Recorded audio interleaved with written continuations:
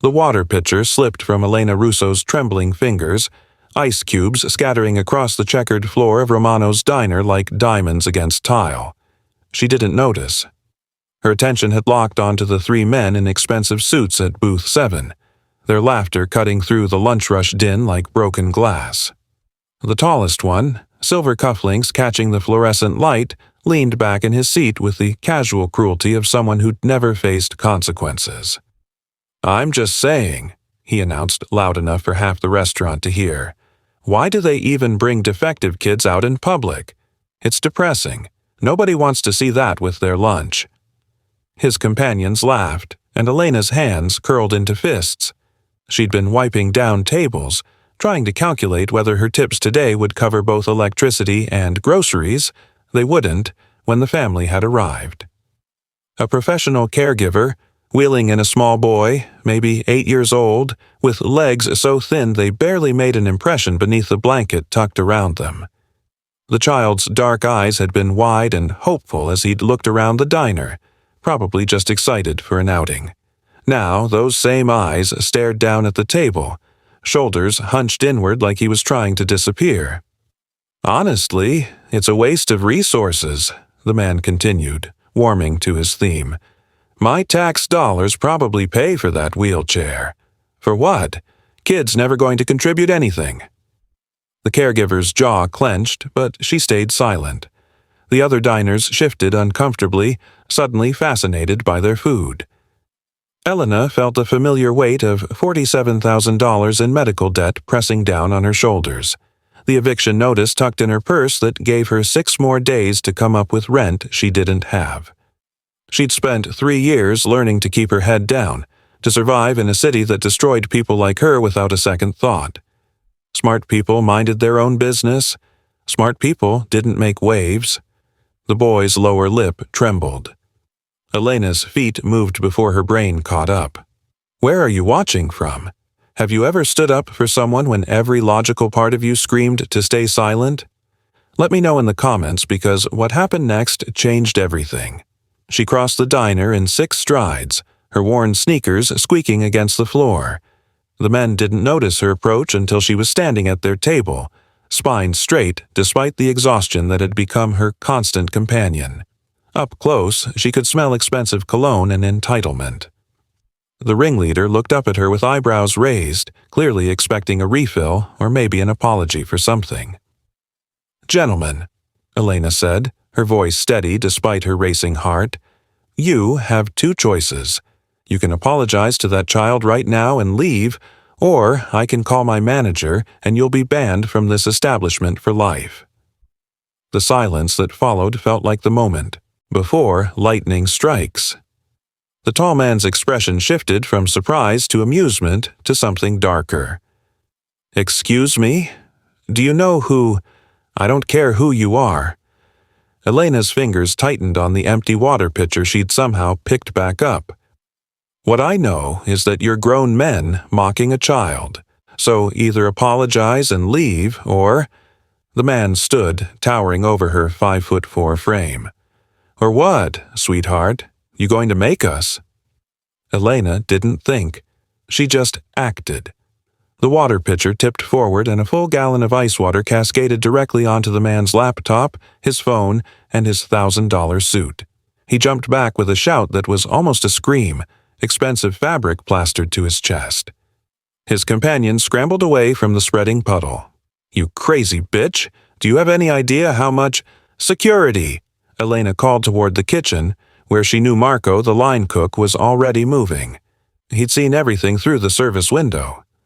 "These gentlemen need to be escorted out." Marco emerged, all 6'3" and 240 pounds of him, with the owner, Mr. Romano, right behind. The situation resolved itself quickly after that. The men left, still sputtering threats about lawyers and reviews, their expensive shoes squelching with each step. Elena's hands started shaking the moment the door closed behind them, the adrenaline draining away and leaving only the cold reality of what she'd done. She'd probably just lost her job. The tips from those men would have been substantial. She couldn't afford this kind of gesture. But then she turned and saw the boy watching her with something like wonder in his dark eyes, and the regret evaporated. She walked to his table, knelt down so she was at his level, and the worn knee of her jeans immediately soaked through from the wet floor. She didn't care. "Hi," she said softly. "I'm Elena, and I'm sorry those men were so rude." The boy's mouth opened, closed, opened again. His voice came out small and uncertain. You stood up for me." "Of course I did." Helena reached out slowly, giving him time to pull away if he wanted, and gently touched his hand. His fingers were cold. "Those men were wrong. You're not defective or a waste or any of the horrible things they said. You're a person. You deserve respect and kindness. You deserve to eat lunch in peace without anyone making you feel less than amazing." A single tear rolled down the boy's cheek, then another. The caregiver, a middle-aged woman with kind eyes, looked like she might cry, too.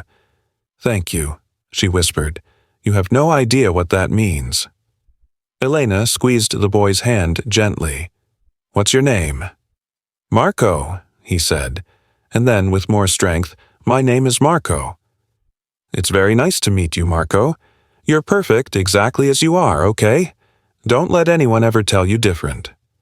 The smile that broke across his face was small and fragile, but it was real. Elena felt something crack open in her chest, some part of her that had been frozen since her mother's death 2 years ago.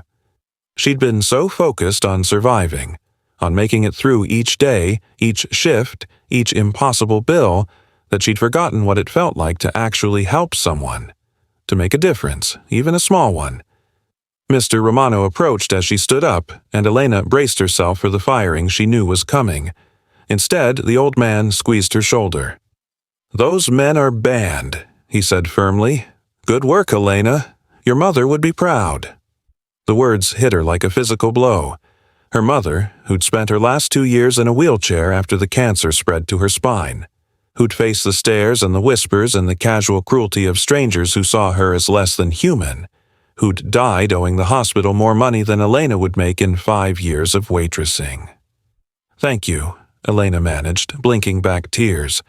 She returned to her section, picked up the scattered ice cubes, and tried to focus on her remaining tables. The lunch rush continued around her. She took orders, delivered food, smiled at customers, and pretended her hands weren't still shaking. Pretended she didn't see Marco watching her from across the diner, something like hope in his young face. She was clearing a table near the window at 2:45 p.m. when the SUVs arrived. 3 of them, black and sleek and expensive, pulling up to the curb with the kind of precision that suggested military training or something worse. Elena's stomach dropped. The men who'd left had threatened lawyers. Maybe they'd actually followed through. Maybe she was about to be arrested for assault or destruction of property or... The first man through the door wore a dark suit that probably cost more than her monthly rent. He had an earpiece and the kind of alert, scanning gaze that marked him as security. 5 more men followed, spreading out through the diner with practiced efficiency. They didn't draw weapons, but Elena could see the bulges under their jackets. Every instinct she'd developed growing up in this neighborhood screamed danger. Then he walked in. The temperature in the room seemed to drop 10 degrees. He moved like water, smooth and inevitable, and everyone in the diner instinctively stepped back to give him space. He was maybe 42, with dark hair threaded with silver at the temples, and he wore a charcoal suit that had definitely been tailored specifically for his frame.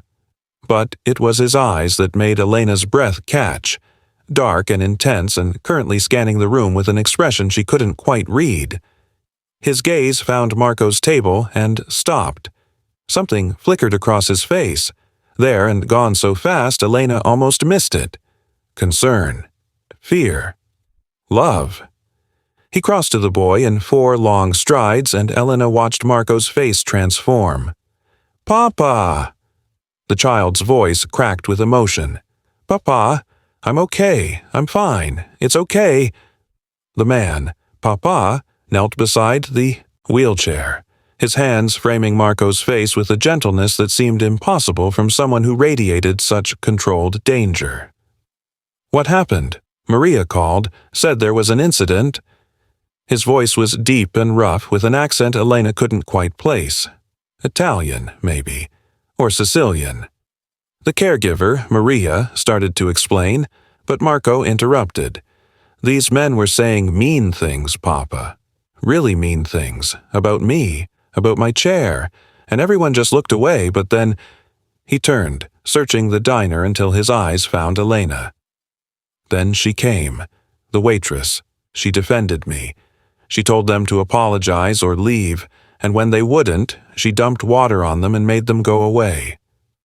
The man's head turned slowly, following his son's gaze, and Elena found herself pinned by those dark eyes. She couldn't move, couldn't breathe. The rational part of her brain was screaming that this was a very dangerous man, that the security detail and the expensive clothes and the way everyone in the diner had gone silent meant she should be terrified. But there was something else in his expression now, something that looked almost like wonder. He stood, still looking at her, and began walking in her direction. His men shifted, maintaining their perimeter but watching her closely. Elena's heart hammered against her ribs. She was still holding a tray of dirty dishes, still wearing her stained apron and her cheap uniform, and she probably smelled like coffee and French fries. She wanted to run. She wanted to hide. She stood her ground. He stopped 3 feet away, close enough that she could see the fine lines around his eyes, the shadow of stubble along his jaw, close enough to see that his hands, hanging relaxed at his sides, bore scars across the knuckles. Old scars, the kind you got from hitting things, or people. You defended my son. It wasn't a question. Elena's mouth was dry. Yes. Why? The question caught her off guard. Why? Because he's a child. Because those men were cruel. Because it was the right thing to do. Something shifted in his expression. Most people don't do the right thing. They look away. They stay safe. I'm not most people. The words came out steadier than she felt. A muscle in his jaw tightened. What's your name? Elena. Elena Russo. Elena Russo. He said it slowly, like he was memorizing it. I'm Dante Moretti. That's my son, Marco. You showed him kindness when others showed him cruelty. You stood up for him when you had no reason to, when there was no benefit to you. He paused, and Elena saw something dangerous flash in his eyes. You're either very brave or very stupid. Elena lifted her chin. Maybe both. The corner of his mouth twitched. It might have been a smile. Come with me. We need to talk. It wasn't a request. Elena glanced at Mr. Romano, who nodded, his face pale. Whatever was happening here, her boss wanted her to comply. She set down her tray with hands that only trembled slightly and followed Dante Moretti toward Marco's table. His men formed a loose circle around them, and Elena realized with growing dread that she couldn't leave even if she wanted to. The door was blocked. Every exit was covered. Dante spoke quietly to Maria, who gathered her things and left after kissing Marco's forehead. Then he turned to Elena, gesturing to the seat Maria had vacated. Sit. She sat. Marco was watching her with those hopeful eyes, and she tried to smile reassuringly despite her racing heart. Up close, she could see the boy more clearly. He had his father's dark eyes and sharp cheekbones, but there was a softness to his features that must have come from his mother.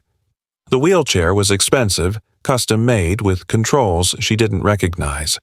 His legs beneath the blanket were thin but not atrophied. Recent injury, maybe.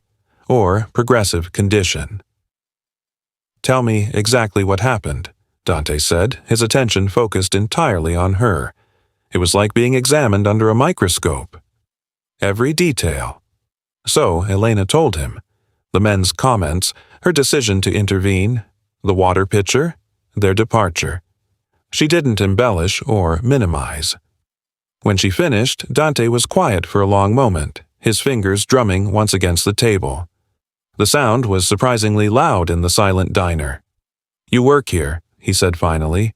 How long? 3 years. You make good money. The question was invasive, but something told Elena that lying would be worse. No, I make enough to almost survive. Almost. His eyes narrowed. Medical debt?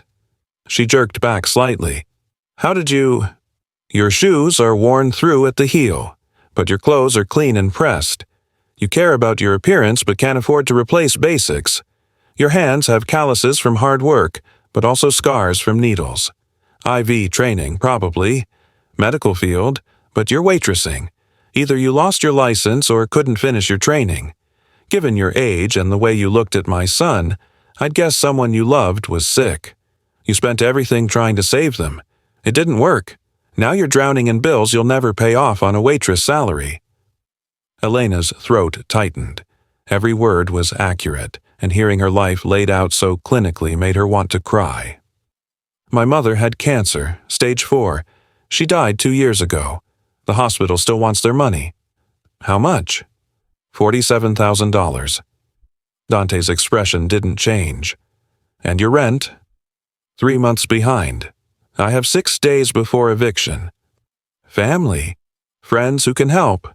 No family. My friends are as broke as I am. He nodded slowly, like she'd confirmed something he already suspected. Then he turned to Marco. You like her? The boy's face lit up. She was nice, Papa, not scared. Nice. Real nice.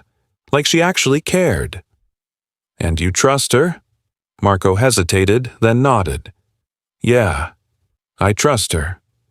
Dante's jaw worked, and Elena saw something. Complicated, pass through his eyes. Pain, maybe. Or hope. When he looked back at her, his expression had hardened into something businesslike. I have a proposition for you, Elena Russo, but not here. You'll come with us. We'll talk privately. I'm working, Elena said, even though she knew it was pointless. Mr. Romano will be compensated for your absence. Generously. Dante stood, and his men immediately moved to flank him. This isn't optional. You defended my son. That means we have unfinished business? Elena's hands clenched in her lap. Every survival instinct she'd ever developed was screaming at her to refuse, to run, to do anything except get into a car with this dangerous man and his armed security detail. But Marco was watching her with such hope, and Dante's words echoed in her mind. Unfinished business. She didn't know what that meant, but she suspected refusing wasn't actually an option. She stood. Okay. Smart girl. Dante gestured toward the door, and one of his men moved to open it. After you. The walk to the SUV felt like a dream, or a nightmare. Elena was aware of every eye in the diner watching her leave, of Mr. Romano's worried expression, of the weight of her purse with its eviction notice and empty wallet. One of Dante's men opened the middle vehicle's back door, and she climbed in, the leather seats soft beneath her. Marco's wheelchair was efficiently loaded into the back by 2 men who clearly had practice with the procedure, and then the boy was being lifted and settled into the seat beside her.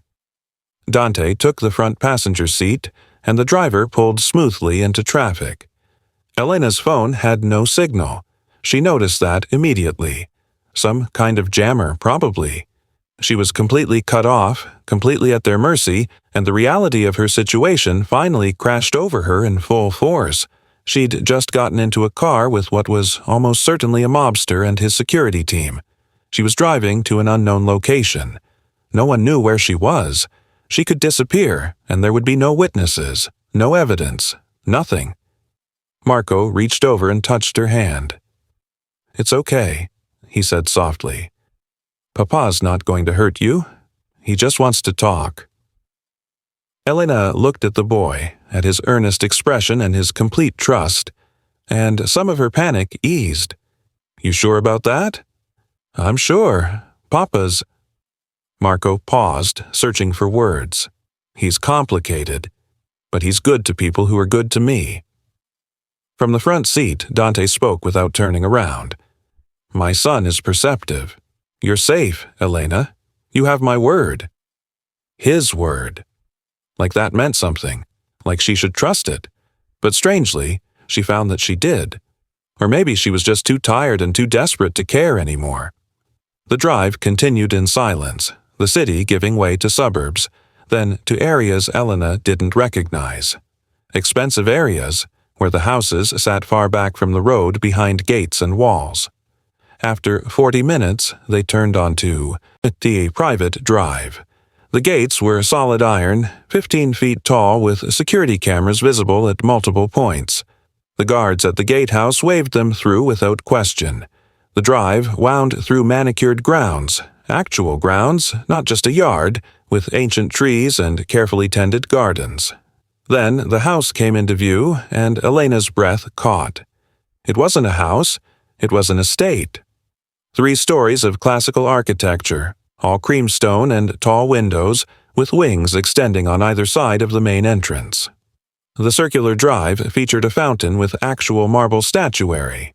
She counted at least 20 windows just on the front facade, and she could see security cameras positioned discreetly at every corner. "Welcome to my home," Dante said as the car stopped. "Please, come inside." The door opened, and Elena stepped out into a world so far removed from her own reality that it felt like stepping onto another planet. The air even smelled different here, clean and fresh with hints of flowers from the gardens. A man in a suit appeared to handle Marco's wheelchair, moving with the practiced efficiency of someone who did this daily. Dante led the way up wide marble steps to doors that probably cost more than Elena's entire apartment building. Inside was even more overwhelming. The entrance hall alone was larger than her apartment, with floors of polished marble that reflected the light from a crystal chandelier overhead. A curved staircase swept up to the second floor, the banister gleaming dark wood. Original art hung on the walls, not prints, but actual paintings that looked old and valuable. Staff members appeared and disappeared like ghosts, taking coats and bags and murmuring quiet reports to Dante as he walked.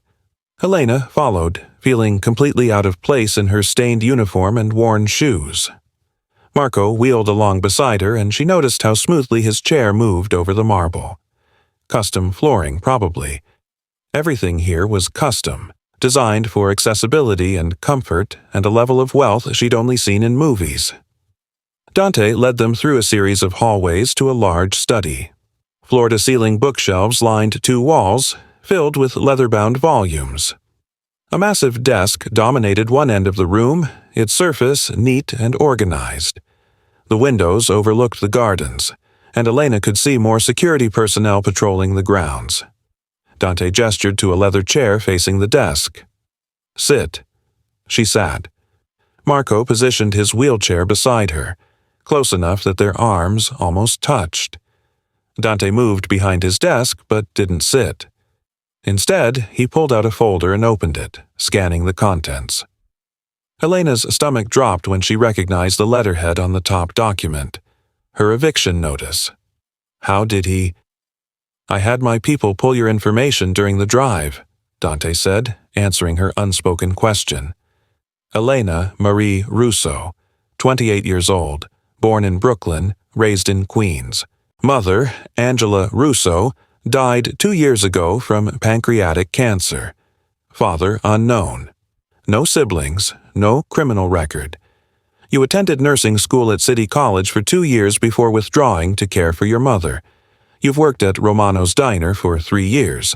You're 3 months behind on rent, owe $47,000 in medical debt, have $1,700 in your checking account, and your credit score is in the low 500s. Elena's face burned. Having her life laid out like that, reduced to numbers and facts, made her want to disappear. Why does any of that matter? Because I need to understand who you are. Dante closed the folder and finally looked at her directly. My son is everything to me. He's been through hell in his 8 years. His mother died giving birth to him. He was in the car with me during an accident 2 years ago, an accident meant for me, that left him paralyzed from the waist down. He's been through 5 nannies in those 2 years. 5 people who couldn't handle his anger, his grief, his disability, or the reality of what my life entails. He trusts no one, opens up to no one, until today. Marco shifted beside her, and Elena glanced at him. The boy was staring at his lap, fingers twisted together. She reached over and gently touched his hand, and he immediately grabbed onto hers like a lifeline. Dante saw the gesture, and something in his expression softened. "You have nursing training. You clearly have compassion. My son responds to you in a way he hasn't responded to anyone since his mother died. I need someone to care for him, not just physically but emotionally. Someone who sees him as a person, not a burden or a paycheck or a duty." "You want to hire me as his nanny," Elena said slowly. "More than a nanny. A caregiver, a companion, someone he can trust." Dante leaned forward, bracing his hands on the desk. "I'll pay you $50,000 a month. Your medical debt will be cleared tonight. Your rent will be paid through the end of the year. You'll live here, in the main house, with your own suite. All expenses covered. All you have to do is take care of my son." $50,000 a month. Elena's brain stuttered trying to process that number. That was more than she made in a year at the diner. In 2 months, she could pay off her mother's debt entirely. In 3, she could have actual savings. She could stop living on the edge of disaster, stop choosing between food and electricity, stop waking up at 3 a.m. in a panic about money. But this world, his world, terrified her. The security, the wealth, the casual way he'd had her entire life investigated in 40 minutes. The scars on his knuckles, and the way everyone deferred to him, and the obvious implications of what he did for a living. She'd be trapped here, in this gilded cage, at the mercy of a man she didn't know and couldn't trust. "I can't," she said, even though the words hurt to say. "I'm sorry, but I can't." Marco's hand tightened on hers. "Please don't go." "Marco?" "Please." His voice cracked. "You're the first person who was nice to me in so long, who didn't treat me like I'm broken. Please stay." Elena's heart shattered. She looked at this beautiful, damaged boy and saw her mother in the wheelchair, saw herself at 8 years old, saw every person who'd ever been dismissed as less than human because their body didn't work the way society expected. She wanted to help him. God, she wanted to help him. But the cost. Dante slid a piece of paper across the desk. Her eviction notice. "You're homeless in 6 days. Pride is expensive, Elena. You can refuse my offer and maintain your independence, or you can accept and have the resources to actually help someone who desperately needs you. What's more important, your comfort or his well-being?" The words were harsh, but they hit their target. Elena stared at the eviction notice, at the red "Final" stamped across the top, and felt the weight of her choices crushing down on her. She had no family, no safety net, no options. In 6 days, she'd be on the street. In 6 months, she'd probably be dead from exposure or violence or simple despair. Or she could stay here, help this boy, make an actual difference in someone's life instead of just surviving day to day. 1-month trial, she heard herself say. "I'll stay for 1 month. If it's not working for any of us, I leave with no questions asked." Dante's expression didn't change, but she saw satisfaction flash in his eyes. "Agreed. 1-month trial. Maria will show you to your suite." A woman appeared in the doorway as if summoned. Not Maria, the caregiver, but an older woman in professional attire who introduced herself as the head housekeeper. Elena stood on shaking legs, still holding Marco's hand. The boy looked up at her with such hope and relief that she knew she'd made the right choice. Or at least the only choice she could live with. "Thank you," Marco whispered. "You're welcome," Elena whispered back, and tried to ignore the feeling that she'd just stepped off a cliff into empty air. The suite Maria led her to was on the 2nd floor, in the east wing of the house. It consisted of a bedroom larger than her entire apartment, a marble bathroom with a tub big enough to swim in, and a walk-in closet that currently stood empty except for a few items of clothing that looked brand new and exactly her size. The bed was a 4-poster monstrosity with silk sheets and more pillows than any reasonable person needed. The windows overlooked the gardens, and she could see the sun beginning to set, painting everything in shades of gold and amber. "Dinner is at 7, Maria said. "Mr. Moretti expects you to join him and Marco. Casual dress is fine. If you need anything, there's a phone on the nightstand that connects directly to the staff." She paused at the door. "For what it's worth, I think you made the right choice. Marco needs someone like you." Then she was gone, and Elena was alone in this beautiful, terrifying room. She sat on the edge of the bed, her head in her hands, and tried to process everything that had happened in the last 3 hours. She'd defended a child, met a mobster, been investigated, propositioned, and essentially trapped in a mansion. She'd agreed to care for a traumatized 8-year-old in exchange for more money than she'd ever imagined having. She'd lost her mind. That was the only explanation. Elena pulled out her phone, signal restored now, and stared at it. She should call someone, tell someone where she was. But who? She had no family. Her friends from the diner wouldn't understand. The police would laugh at her, or worse, if she tried to explain that she'd willingly entered a situation like this.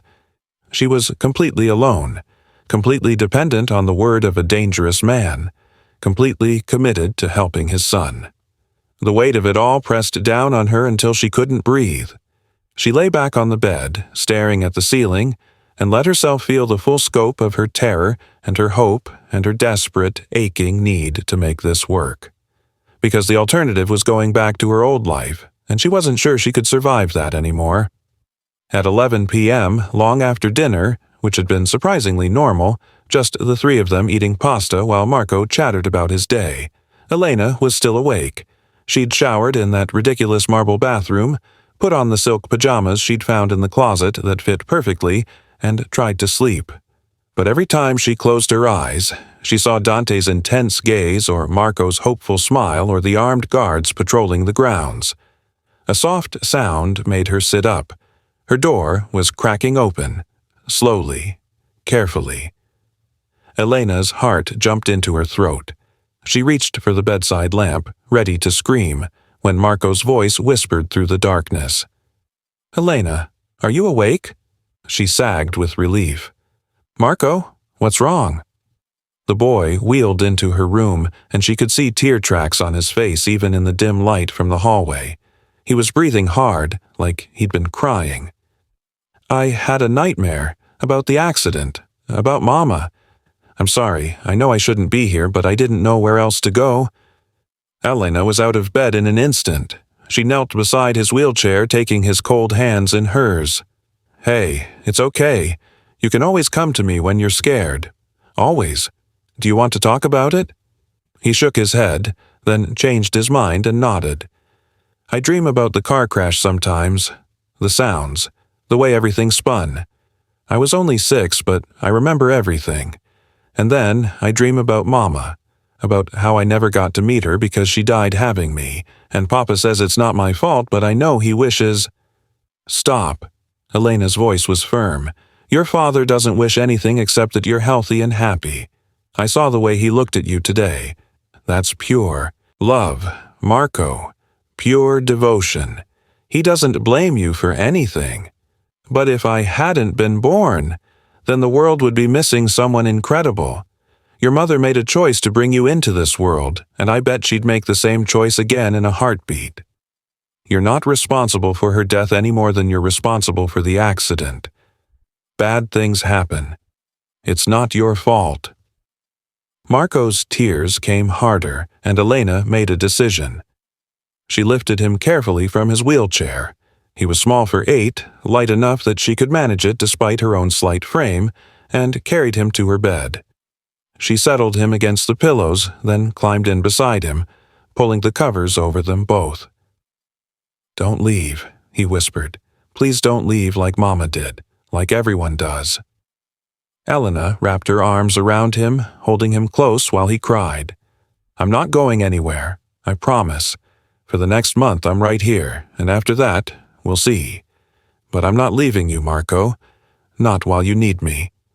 He cried himself to sleep against her shoulder, his breathing gradually evening out into the deep rhythm of exhaustion. Elena lay awake, staring at the ceiling, feeling the weight of the promise she'd just made. She'd committed to staying, to helping this broken, beautiful boy heal, to entering a world she didn't understand and couldn't control. She'd never been more terrified in her life, and she'd never been more certain that she was exactly where she needed to be. The next morning began with a soft knock on her door at 7 a.m. Elena woke disoriented, Marco still asleep beside her, to find Maria, the housekeeper, entering with a breakfast tray.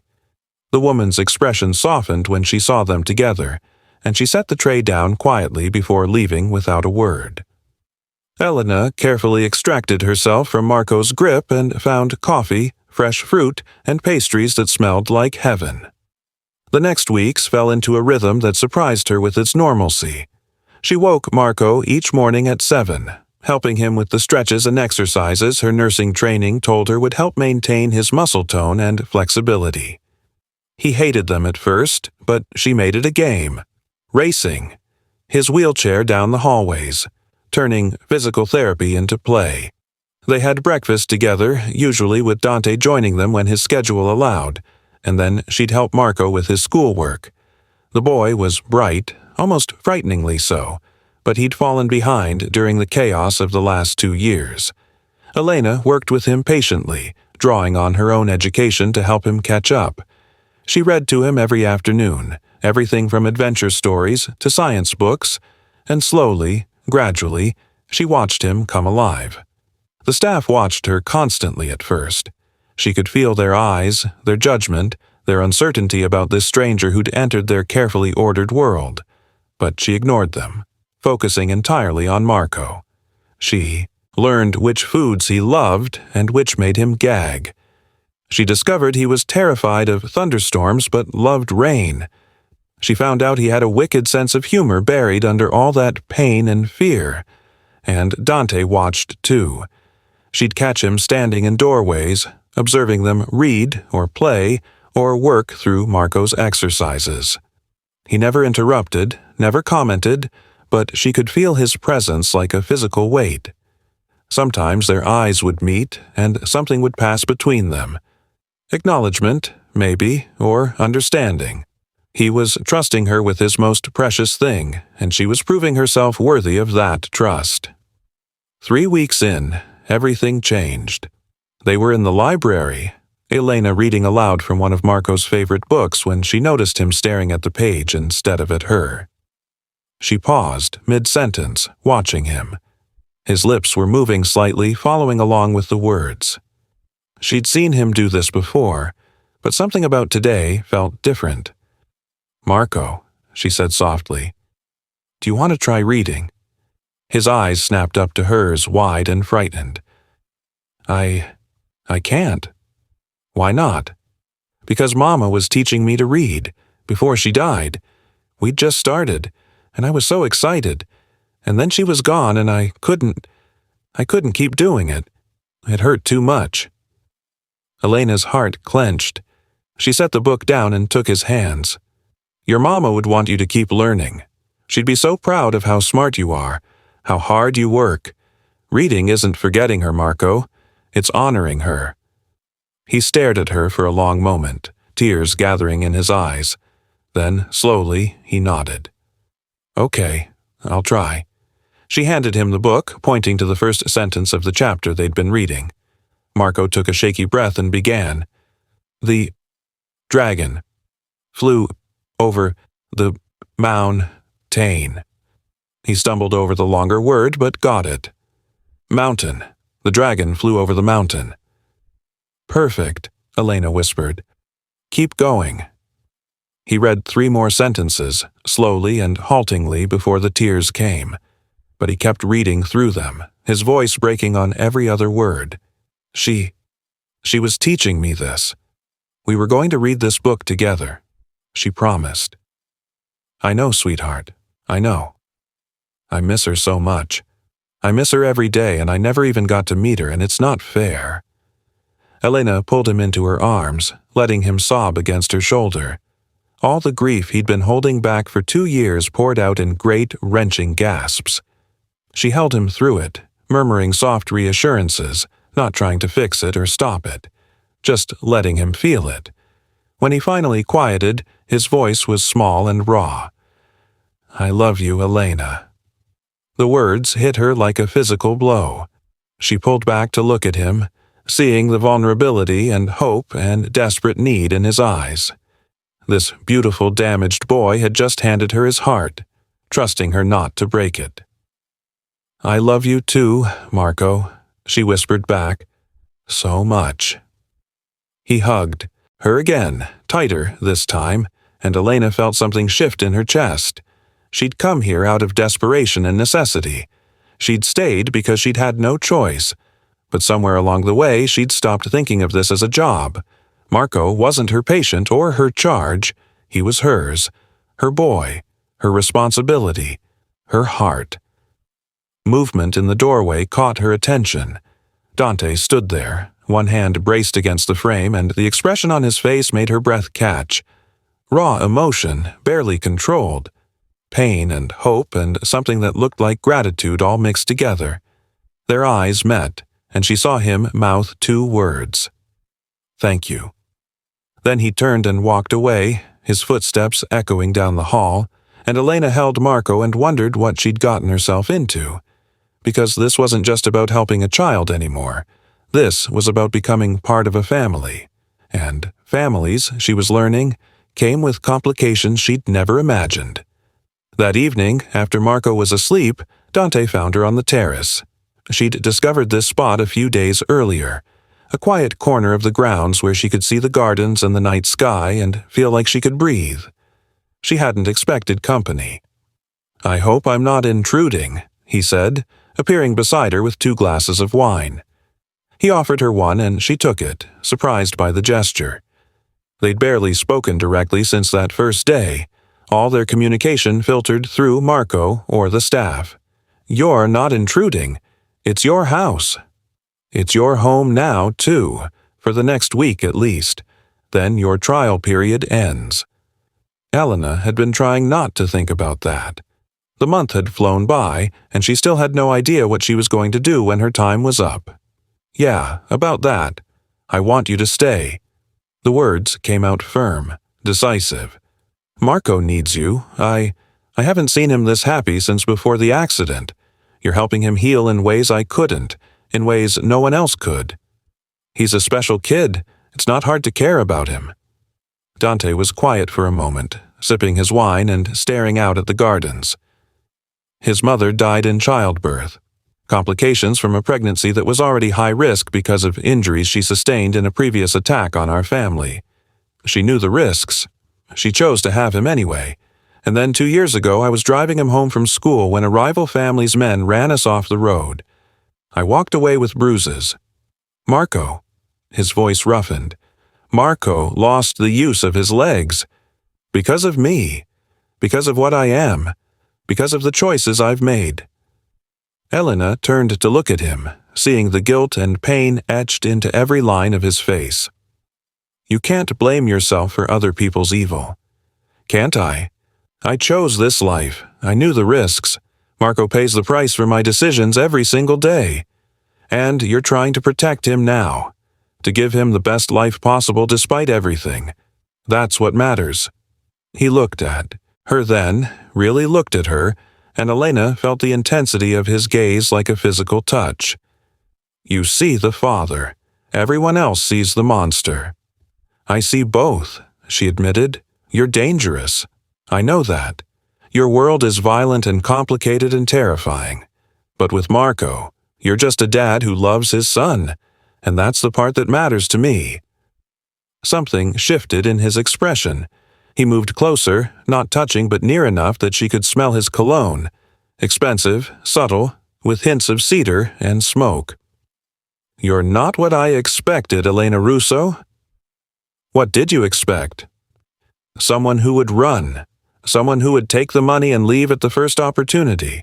Someone who would see Marco as a paycheck instead of a person." He paused. "You're not like that. You genuinely care about him, about making him happy. I don't know how to repay that." "You don't have to repay it. I'm not doing this for you." "I know. That's what makes it remarkable." His hand moved, almost touching hers on the railing, then pulled back. Stay. Please. Not for the money. Not for me. For him. He needs you. Elena's throat tightened. She'd known this conversation was coming, but she hadn't expected it to feel like this. Hadn't expected to see this vulnerability in a man who radiated power and danger. I'll stay, as long as he needs me. Thank you. The words were barely a whisper. They stood in comfortable silence, watching the stars emerge, and Elena felt the weight of her decision settling over her. She was committed now. Not just for a month, but for however long it took to help Marco heal. However long it took to become the family he needed. Dante's phone buzzed, shattering the moment. He checked it, and his expression hardened. I have to go. Business. He started to leave, then paused. Elena, be careful. My world is dangerous. I'll do everything I can to protect you, but there are threats I can't always control. If anything ever happens— Nothing's going to happen, she said, trying to sound confident. He didn't look convinced. Just be careful, please. Then he was gone, leaving Elena alone with the night and the sudden cold certainty that something was coming. Something bad. She just didn't know what yet. The answer came 2 days later, when she overheard 2 security guards talking in hushed voices outside the library. They didn't know she was there, curled up in a window seat with a book. Their words drifted through the partially open door, and Elena's blood ran cold. Castellanos are making moves. Boss thinks they're targeting the kid. When? Soon, next 2 weeks. They want to hit him where it hurts most. Fucking animals. The kid's 8 years old. Yeah, well, that's how these things work. You want to destroy a man like Moretti, you take his family. Elena's hands clenched on her book. The Castellanos. She'd heard the name whispered by staff, always with fear. A rival family, enemies, and they were planning to go after Marco.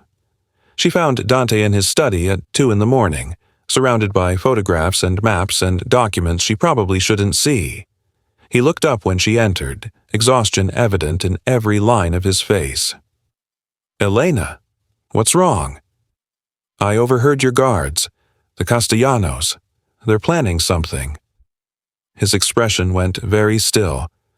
You shouldn't know about that. Well, I do, and I'm not going to pretend I don't. Marco's in danger. Marco is always in danger. That's the reality of my life. Our life. I have security measures in place. Are they enough? She moved closer, her fear making her bold. Because if something happens to him, if I lose him because I didn't do enough, nothing is going to happen to him. Dante stood, coming around the desk. I swear to you, Elena, I will burn this city to the ground before I let anyone hurt my son. She believed him. God help her, she believed every word. What can I do? You can keep doing what you're doing. Keep him happy. Keep him safe. Let me handle the rest. That's not enough. I need to know how to protect him if something happens. I need training, weapons, something. No. The word was flat and final. You're not getting involved in this. You're not becoming part of that world. I'm already part of it. The moment I agreed to stay, I became part of it. You can't protect me from reality, Dante. I'm here. I'm committed. I'm not going anywhere. So either train me to help protect Marco, or accept that I'll try to do it anyway and probably get us both killed. He stared at her, something like respect flickering in his eyes. Then he sighed. You're not going to let this go. No. Fine. Tomorrow morning, you start training with my head of security. Basic pistol handling, emergency protocols, safe room locations. But Elena— He gripped her shoulders, his touch firm but not painful. If something happens, your only job is to get Marco to safety. Not to fight, not to be a hero, just get him out. Understand? She nodded, even though she knew she was lying. If it came down to it, if Marco was in danger, she'd do whatever it took to protect him, including dying if necessary. Dante seemed to sense her thoughts. His grip tightened. Don't you dare sacrifice yourself. Marco needs you alive, not dead. Promise me. I promise to do whatever it takes to keep him safe. That's not what I asked. It's all I can give you. They stared at each other, the tension between them crackling like electricity. His hands were still on her shoulders, warm and solid, and Elena became suddenly, acutely aware of how close they were standing, how his dark eyes had softened from anger to something else, how her heart was racing for reasons that had nothing to do with fear. He stepped back abruptly, breaking the contact. Get some sleep. Training starts at 6 a.m. Elena left, her shoulders still tingling where he'd touched her, and tried to ignore the fact that everything had just gotten infinitely more complicated, because she wasn't just committed to Marco anymore. Somewhere along the way, without meaning to, she'd started to care about Dante too. And that was dangerous in ways she couldn't even begin to calculate. The training was brutal. Dante's head of security, a man named Victor who spoke with a thick Russian accent and had eyes like chips of ice, put her through drills that left her exhausted and aching. He taught her how to hold a pistol, how to aim, how to breathe through the recoil. He showed her the safe rooms, reinforced panic rooms hidden throughout the house with independent air supplies and communication systems. He walked her through emergency protocols, escape routes, and what to do if the house was breached. Most important rule, Victor said on the third day, his expression deadly serious. If attack comes, you get boy to safe room. You lock door. You wait for all clear. You do not try to fight. You do not try to help. You protect boy. Nothing else matters. Understand? I understand, Elena said, and meant it. Marco's safety was all that mattered. Everything else was secondary. But the training couldn't prepare her for the reality of living under constant threat. The mansion transformed over the next week. Armed escorts appeared every time they left the grounds. Marco's outdoor activities were restricted. The security detail doubled, then tripled. Elena saw the fear in Marco's eyes, the way he flinched at sudden sounds, and her heart broke for him. Is something bad going to happen? He asked her one night, his voice small. Elena wanted to lie, wanted to tell him everything was fine, that he was safe, that nothing could hurt him, but she'd promised herself she'd never lie to him. Your dad is taking precautions because some bad people might try to cause trouble. But you're safe, Marco. I promise. I won't let anything happen to you. But what if they hurt you? What if you leave like Mama? She pulled him close. I'm not going anywhere. I'm staying right here, right beside you no matter what happens, okay? He nodded against her shoulder, but she could feel him trembling. That night, he slept in her room again, and Elena lay awake listening to his breathing and praying she could keep her promise. The tension in the house was suffocating. Dante barely slept, spending his nights in his study or out on mysterious errands that he never explained. When he was home, he watched them with an intensity that made Elena's skin prickle. Not threatening, exactly. More like he was memorizing them. Like he was afraid this might be the last time he saw them safe and whole. One late night, Elena found him on the terrace again. He was staring out at the gardens, a glass of whiskey in his hand, and he looked more exhausted than she'd ever seen him. She approached quietly, and he didn't turn around. Can't sleep? She asked softly. Sleep is a luxury I can't afford right now. Dante, you're going to collapse if you don't rest. I'll rest when my son is safe. Elena moved to stand beside him, close enough to feel the heat radiating from his body. He is safe. You've done everything possible. It's not enough. It's never enough. His voice was raw. Do you know what they'll do if they get to him? They'll torture him. Use him against me. Make me watch while they... He cut himself off, his jaw clenching. They're not going to get to him. I won't let them. He finally looked at her, and the emotion in his eyes made her breath catch. You shouldn't be here. You should run while you still can. This life, my life. It destroys everything beautiful. And you're—" He stopped, shaking his head. "You deserve better than this. What if I don't want better? What if I want this?" "You don't know what you're saying." "Yes, I do." Elena turned to face him fully, her heart pounding. "I know exactly what I'm saying. I know you're dangerous. I know your world is violent and complicated. I know staying here means accepting things I never thought I could accept. But I also know that I love Marco. And I—" She stopped, the words catching in her throat. "And what?" His voice was barely a whisper. "And I care about you. More than I should. More than is smart or safe or reasonable." The confession tumbled out before she could stop it. "I see you with him. I see how much you love your son, how hard you're trying to protect him, how you'd give anything to keep him safe. And I—" He kissed her. It was sudden and desperate and perfect. His hands cupped her face, his lips moving against hers with a hunger that stole her breath.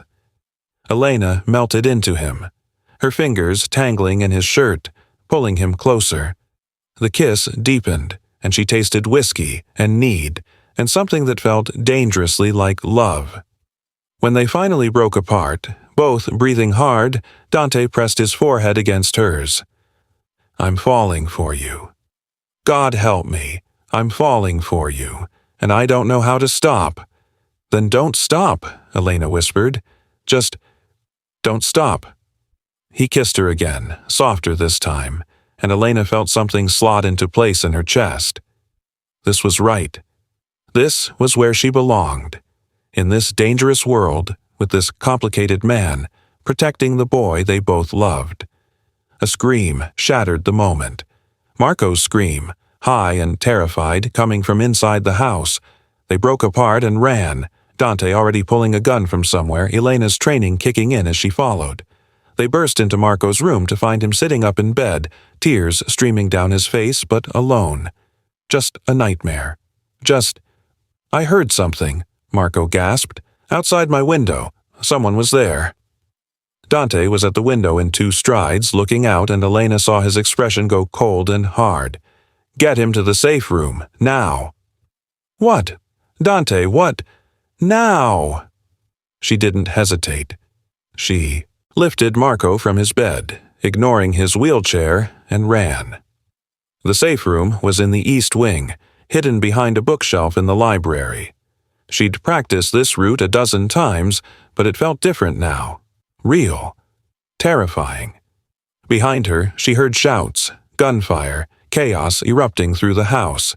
The bookshelf slid open at her touch, revealing the reinforced door beyond. She got Marco inside, set him down, and started to close the door. His hand shot out, grabbing her arm. "Don't leave me." "I have to make sure your dad's okay. Please, please don't leave me alone." Elena looked at his terrified face and made her choice. She stepped fully into the safe room and sealed the door behind them. The sounds of violence cut off immediately. The room soundproofed and secure. Marco threw himself at her and she held him while he sobbed, her own heart racing with terror and adrenaline. They waited in that room for 3 hours. Elena had no way of knowing what was happening outside, if Dante was alive or dead, if the house had been breached. The safe room had supplies, water, food, medical equipment, but no communication with the outside world. That was by design. If someone got the code to open the door, if they forced their way in, there would be no way to call for help. Marco eventually cried himself to sleep against her shoulder. Elena held him, staring at the reinforced door, and prayed. She'd never been particularly religious, but she prayed now. Prayed that Dante was alive. Prayed that this nightmare would end. Prayed that she'd made the right choice. Finally, a knock. 3 sharp raps. Pause. 2 more. Pause. 1. The all-clear signal Victor had taught her. Elena's hands shook as she opened the door. Dante stood on the other side, alive but covered in blood. Not his blood, she realized with sick relief. Someone else's. His eyes found hers, then Marco, and something in his expression cracked. "You're safe. he breathed. "Thank God you're safe." He pulled them both into his arms, holding them so tightly Elena could barely breathe. She felt him trembling, felt the fear he'd been holding back, and held him just as tightly in return.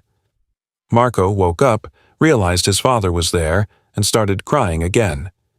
They stood like that, the three of them clinging to each other while around them the house slowly returned to normal. Later, after Marco was settled back in bed with 2 guards posted outside his door, Dante found Elena in her room. She was sitting on her bed, still wearing her blood-spattered pajamas, staring at nothing. He sat beside her, close enough that their shoulders touched. 4 men, he said quietly. Castellano's people. They breached the south wall. My security handled it. All 4 are dead. No one on our side was seriously hurt. And the Castellanos? Being dealt with as we speak. His voice was flat, emotionless. They'll never threaten my family again. Elena knew what that meant, knew what he was doing, what violence was being carried out in her name and Marco's. She should have been horrified, should have been disgusted. Instead, she just felt numb. Good. He looked at her, surprise flickering across his face. Elena! I know what you are. I know what you do. And I know that tonight you protected us. You kept us safe. That's all that matters to me. You could have died. You should have run when I told you to. And leave Marco alone in that room? Never. She turned to face him. I made my choice, Dante. I chose to stay. I chose this life. I chose you, both of you, and I don't regret it. He stared at her for a long moment, something raw and vulnerable in his eyes. Then he pulled her into his arms, and she went willingly, letting him hold her while they both processed what had happened, how close they'd come to losing everything. I love you, he whispered against her hair. I know it's too soon. I know it's crazy, but I love you. You saved my son tonight. You protected him when I couldn't. I love you too, Elena interrupted. I love you both, and I'm not going anywhere, ever. They held each other as dawn broke outside her windows. 2 people who'd found each other in the most unlikely circumstances and chosen to build something beautiful out of darkness and danger. It wasn't perfect. It wasn't safe. But it was real, and it was theirs, and that was enough. The next few days passed in a blur of police interviews and cleanup and tightened security. Detective Sarah Chen, a sharp-eyed woman in her 40s, came to the house and asked Elena pointed questions about her relationship with Dante, about what she'd witnessed, about whether she was being held against her will. Elena answered honestly. She was here by choice. She loved Marco. She wasn't a victim. Chen didn't look convinced. Miss Russo, you need to understand what you're getting into. Dante Moretti is under investigation for racketeering, money laundering, and suspected involvement in multiple homicides. If you stay with him, you become complicit. You could face charges. Your life will never be normal again. My life was never normal, Elena said quietly. I was drowning in debt, about to be evicted, with no family and no future. Dante gave me a chance to help his son, to make a real difference. I'm not giving that up. Even if it means becoming a criminal yourself. Elena thought about Marco's smile, about Dante's arms around her, about the family they were building together. Even then. Chen left, but Elena knew she'd be back. The detective was building a case, collecting evidence, waiting for the right moment to strike. It should have terrified her. Instead, she just felt determined. She'd protect her family, whatever it took. The media attention was worse. Someone leaked the story. Waitress turned Mafia wife, disabled boy, dramatic rescue. Reporters camped outside the gates, shouting questions whenever the gates opened. Elena's face was plastered across tabloids with headlines that ranged from sympathetic to vicious. Her former co-workers sold interviews, some supportive, others painting her as a gold digger or a victim suffering from Stockholm Syndrome. Her estranged father called, a man she hadn't spoken to in 15 years, suddenly wanting to reconnect now that she had money. She hung up on him. Old friends from nursing school reached out with concern that sounded like judgment. She ignored them. The only people whose opinions mattered were inside these walls. Marco saw some of the coverage, impossible to shield him completely in the digital age, and asked if Elena was going to leave because people were being mean.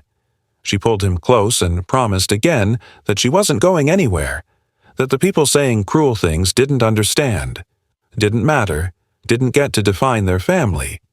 But late at night, alone in her room, Elena let herself feel the weight of her choices. She'd given up any chance at a normal life. She'd become forever associated with Dante's world, his crimes, his violence.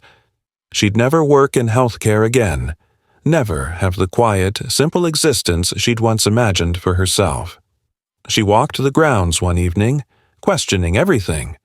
Dante found her by the fountain, and he didn't speak, just stood beside her, waiting. Elena appreciated that about him. He didn't try to fix things or convince her or make promises he couldn't keep. He just gave her space to process. "I'm scared," she finally admitted. "Not of you, not of this life, but of losing myself completely, of becoming someone I don't recognize." "Then don't," he said simply. "You're Elena Russo. You're the woman who defended my son without knowing who we were. You're compassionate and brave and stubborn as hell. Don't let my world change that. Don't let anything change that. How do I not change when everything around me has changed? By remembering why you stayed, by holding on to the parts of yourself that matter, by choosing, every day, who you want to be." He turned to face her. "I can't promise you easy, Elena. I can't promise you safe or normal or uncomplicated, but I can promise that I'll support whoever you choose to be. If you need to leave, I'll help you disappear. If you need space, I'll give it. If you need me to fight for you, I'll burn the world down. Just tell me what you need." Elena looked at him, at this complicated, dangerous, devoted man, and felt her doubts settle. "I need to go inside and read Marco his bedtime story.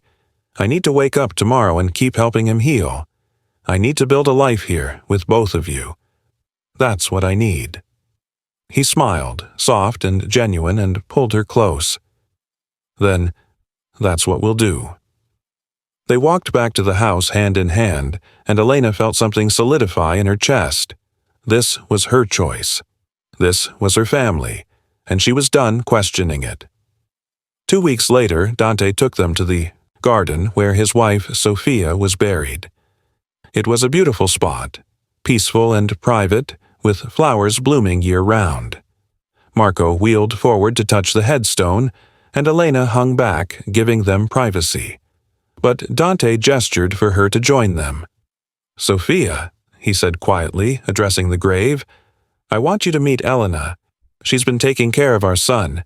She's been taking care of both of us, really. And His voice caught. "I'm going to ask her to marry me. I hope you'd approve. I hope you'd understand." Elena's breath caught. She looked at Dante, saw the vulnerability in his eyes, and then Marco wheeled forward holding a small box. "Mama's ring," the boy said, his voice thick with emotion. "Papa said Mama would want you to have it. She'd want Papa to be happy again." Dante took the box and knelt before Elena. The ring inside was beautiful, a simple diamond on a platinum band, elegant and timeless. "Elena Russo, I'm asking you to marry a complicated man, to accept a dangerous life, to mother a beautiful boy. I can't promise you easy. I can't promise you safe. But I promise devoted. I promise loyal. I promise that I will spend every day trying to be worthy of you. Will you marry me?" Elena's hands trembled as she looked at the ring, at Dante, at Marco's hopeful face. This was crazy. They'd known each other less than 2 months. She was signing up for a lifetime of danger and scrutiny and moral compromises. Every logical part of her brain screamed to say no, but her heart had other ideas. "Yes," she whispered. "Absolutely, yes." Dante slipped the ring onto her finger and it fit perfectly. Then he stood and kissed her while Marco cheered, and Elena felt like she was exactly where she belonged. They stayed in the garden for a long time, the three of them, building their new family on the foundation of the old. It wasn't perfect, but it was real, and it was theirs, and that made it beautiful. The next few weeks should have been happy. They were planning a small, private wedding ceremony. Marco was thriving, his physical therapy showing real results. Dante was transitioning more of his business to legitimate ventures, trying to build something cleaner for their future. Everything should have been perfect. Then Vincent Castellano resurfaced. Dante's intelligence network picked up chatter about Vincent, the exiled boss's nephew, returning to the city with a vendetta. He was young, reckless, unconstrained by the old rules that had kept the peace between families. And he had a plan. Kill Elena publicly, make Dante watch his love die the way Sophia had, then take Marco. The threat was credible, immediate, terrifying. Dante wanted to postpone the wedding, to wait until Vincent was handled. Elena refused. We're not letting him control our lives. We're not giving him that power. We get married as planned, and we end this. Together. Elena, he's targeting you specifically. Then let him come. We'll be ready. They planned carefully. The wedding would be small and private, held at the estate with only trusted friends and family. But it would also be announced publicly, making it irresistible bait. Vincent wouldn't be able to resist such a target. The estate would be transformed into a trap. Snipers positioned, exits controlled, every guest vetted and armed. Marco would be secured in a safe house with Dante's most trusted guards. The ceremony would be real, but it would also be an ambush. Elena wore a bulletproof vest under her wedding dress. She carried a pistol in her bouquet, Victor's training making her hands steady despite her fear. She knew this was insane, knew she might die on her wedding day, but she also knew that Vincent would keep coming until he was stopped, and this was their best chance to end it. The ceremony began at sunset, the garden transformed with flowers and lights. Elena walked down the makeshift aisle alone. No father to give her away, no family to witness this moment. Just Dante waiting at the altar, looking devastating in his dark suit, and their guests arranged around them. She recognized faces from Dante's organization, allies and associates who'd come to show their support, and their weapons. The officiant began the ceremony, and Elena tried to focus on the words, on Dante's face, on the promises they were making. But part of her was listening for gunfire, watching for movement, waiting for Vincent to make his move. Dante began his vows, his voice steady despite the tension. Elena, you came into my life when I'd given up on happiness. You showed my son, showed me, that there's still goodness in this world, that love is possible even in darkness. I promise to protect you, to cherish you, to— The explosion came from the south wall. Screams erupted as guests scattered, drawing weapons. Mercenaries poured through the breach, at least a dozen of them, heavily armed. But Dante's people were ready. Gunfire erupted, controlled and precise, cutting down the attackers. Elena's training kicked in. She grabbed Dante's arm, ready to move to the reinforced position they'd planned. Then Vincent appeared, gun raised, aimed directly at her heart. Your love dies today, Moretti, just like mine did. Dante stepped between them without hesitation. Vincent fired. The bullet caught Dante in the shoulder, spinning him around, but he stayed on his feet. Elena drew her own weapon, muscle memory from Victor's training taking over. She aimed at Vincent's gun hand and fired. The shot was clean, precise, sending his weapon flying. Dante's men swarmed Vincent, taking him down, securing him. The remaining mercenaries were eliminated or captured. The whole thing lasted less than 3 minutes, but it felt like hours. Elena dropped her gun and caught Dante as he swayed, blood spreading across his white shirt. You idiot, she sobbed. You beautiful, stupid idiot. You could have died. Not today, he managed, his face pale but his eyes clear. Not before I marry you. The officiant, who'd taken cover behind a pillar, emerged shakily. Should we continue? Yes, Dante and Elena said together. So they finished their vows while Dante bled, while security cleared the bodies, while sirens approached in the distance. Dante's voice was steady despite his injury. Nothing will separate us. Not death, not enemies, not anything. I'm yours, Elena, forever. Elena's voice shook but held firm. I'm yours, too, in this life and whatever comes after, forever. I now pronounce you husband and wife. They kissed while chaos swirled around them, and Elena tasted blood and tears and victory. They'd survived. They'd won. They were married. The aftermath was complicated. Dante's shoulder wound required surgery but wasn't life-threatening. 3 of his men had died defending them. Vincent faced federal charges. Dante had ensured enough evidence reached Detective Chen to put him away for life, eliminating the threat legally. The wedding guests had witnessed their loyalty tested and proven, and Marco, brought back after the all-clear, met his new stepmother officially. You married Papa, he said, wonder in his voice. You're really staying forever now. I'm really staying forever, Elena confirmed, pulling him close. You're stuck with me, kid. Good, he whispered. That's good. 2 months later, they held a proper celebration. No ambushes this time, just family and friends gathering to witness what they'd already committed to. Marco wheeled down the aisle as ring-bearer, beaming. Elena wore Sophia's restored wedding dress, blessed by Sophia's sister, who attended with tears in her eyes. Dante's remaining family came, accepting Elena into their circle. Even some of the staff from Romano's diner appeared, including Mr. Romano himself. The vows were simpler this time. Just promises to love, to protect, to choose each other every day. Marco stood from his wheelchair briefly, months of therapy paying off, to hug them both. There wasn't a dry eye in the garden. The reception was beautiful. Elena danced with Dante, with Marco, with people who'd become her new family. She looked around at the faces surrounding her, some scarred, some dangerous, all loyal, and felt overwhelming gratitude. This wasn't the life she'd imagined. It was better. Late in the evening, she found herself standing in Romano's diner again. She'd asked Dante to bring her here, wanting to see it one more time. The new owner had kept it much the same, and Elena stood in the spot where she'd first defended Marco, where everything had changed. Do you regret it? Dante asked, coming to stand beside her. Giving up your old life? Elena thought about the desperate woman who'd worked here, drowning in debt and hopelessness.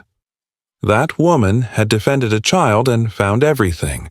Purpose, love, family, home. She'd lost innocence but gained strength, traded simplicity for complexity, accepted that. Protecting love sometimes required darkness. No, she said firmly, I don't regret any of it. They left a $1,000 tip for the current waitress and went home. Life settled into a new rhythm. Dante worked from home more, his business increasingly legitimate. Elena managed Marco's continued therapy, his education, his expanding world. She also started a foundation, using some of their wealth to help families drowning in medical debt. Families like hers had been. She couldn't save everyone, but she could make a difference. Marco thrived. He was walking short distances with braces now, reading advanced books, making friends at his new school. The trauma of the attack had left scars, but he was healing. They all were. 3 years passed in what felt like heartbeats. Marco turned 11, tall and confident and so much happier than the broken boy Elena had first met. Elena discovered she was pregnant, and Dante cried when she told him. They were building something lasting, something good, despite the darkness that had brought them together. One Sunday morning, they gathered in the garden where they'd married. Marco pushed his baby sister's stroller, chattering about his week. Elena, visibly pregnant with their second child, tended the flowers planted in Sophia's memory. Dante joined them, arm around Elena, hand on Marco's shoulder. A family, imperfect and complicated and scarred, but whole. Mama Elena, Marco said. He'd started calling her that a year ago, and it still made her heart squeeze. Do you ever think about that day in the diner, when everything changed? Elena smiled, touching her son's cheek. Every day. Best decision I ever made. Marco grinned. Mine too. Dante kissed her temple. Mine 3. They stood together in the sunlight, and Elena thought about the journey that had brought them here. She'd defended a child and gained a family. She'd accepted darkness to protect light. She'd proven that one act of kindness, one moment of standing up for what's right, could transform not just one life but create ripples that changed everything. They were imperfect, complicated, scarred by violence and loss, but they were whole, together, home, and that made every sacrifice, every choice, every risk worth it. Elena had learned that love isn't found in safety or simplicity. It's built in the moments we choose compassion over comfort, courage over fear. She'd come to this family through desperation and necessity, stayed through choice and commitment, and remained through love that had been tested and proven unbreakable. As the sun set over their garden, painting everything in shades of gold, Elena Russo Moretti held her family close and knew, with absolute certainty, that she was exactly where she belonged. The scared waitress who'd once dumped water on cruel men was gone. In her place stood a woman who'd found her strength, her purpose, her home. And she would defend it, protect it, cherish it for all the days of her life. If this story touched your heart, please hit that like button and subscribe for more emotional tales. Share this with someone who needs to believe in second chances and the power of standing up for what's right. Drop a comment telling me which moment made you cry. I read every single one. Thank you for being here, and remember, sometimes the bravest thing you can do is show kindness to a stranger. You never know how it might change both your lives forever.